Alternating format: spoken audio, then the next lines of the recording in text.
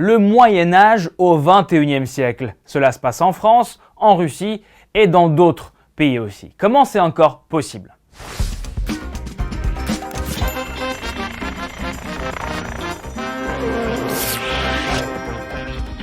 Salut, je suis Oleg Chemer et c'est le blog À part.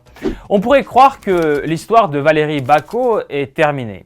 Sauf qu'on a du mal à appeler cela un happy end. Battue, violée, forcée à se prostituer, accouchée de son bourreau et replongée dans l'enfer. Elle a commis ce meurtre en pensant que Daniel Paulette allait commencer à violer sa fille. Les faits se déroulent en France, globalement entre 1992 et 2021.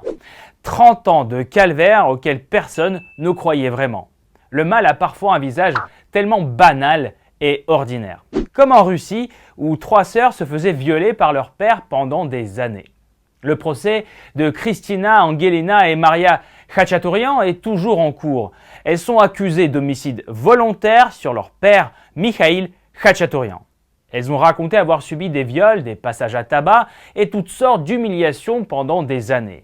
Le père, un vrai tyran, psychopathe, jouait le rôle d'un parent aimant et pieux devant les autres et se transformait en un véritable monstre à la maison.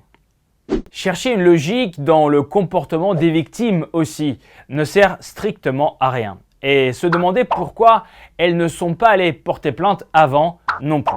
D'abord, elles n'avaient aucune confiance en la justice ou que leurs proches allaient les croire. À la fin, ce sont plus de 30 coups de couteau qu'on retrouvera sur le corps de Mikhail Khachaturian. Au moment des faits, ces filles ont 17, 18 et 19 ans. Et même si lors du premier procès, elles sont reconnues comme victimes, leur vie est désormais brisée. L'épée de la justice peut encore leur tomber dessus à tout moment. Les sœurs pourraient être reconnues coupables d'homicide volontaire avec préméditation. Elles risquent jusqu'à 20 ans de prison. Mais la prison, c'est pas fait pour les victimes, c'est fait pour les violeurs. Souvent, ils purgent leur peine et recommencent dans presque 90% des cas. Un autre exemple qui vient lui aussi tout droit de la Russie, celui de Viktor Mokhov. Dans les années 2000, il a kidnappé 2 filles âgées alors de 14 et 17 ans. Pendant 4 ans, il les a détenues dans une cave, violées et abusé d'elles. L'une des victimes est tombée enceinte plusieurs fois et a mis au monde 2 garçons. Les accouchements se sont déroulés dans la même cave, évidemment. Par chance, les filles ont pu envoyer un message à l'extérieur dans lequel elles suppliaient de les aider. C'est une connaissance de Mokhov qui a accepté de transmettre le cri de détresse. Lui, il a été condamné à 17 ans de prison et sorti en 2021.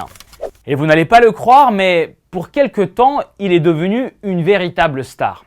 La presse écrit des articles, on l'invite sur les plateaux télé, la blogueuse méga connue et ex-candidate à la présidentielle russe Ksenia Sobchak a été faire une interview dans laquelle Mokhov apparaît comme un psychopathe vaniteux qui ne regrette même pas ce qu'il a fait et continue à menacer ses anciennes victimes.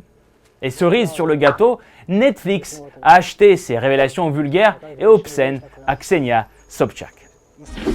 Pensez-vous que notre société a encore une réaction saine vis-à-vis de toutes ces histoires ? Laissez vos commentaires, likez cet épisode et souscrivez à Blog à part. Ciao, bye.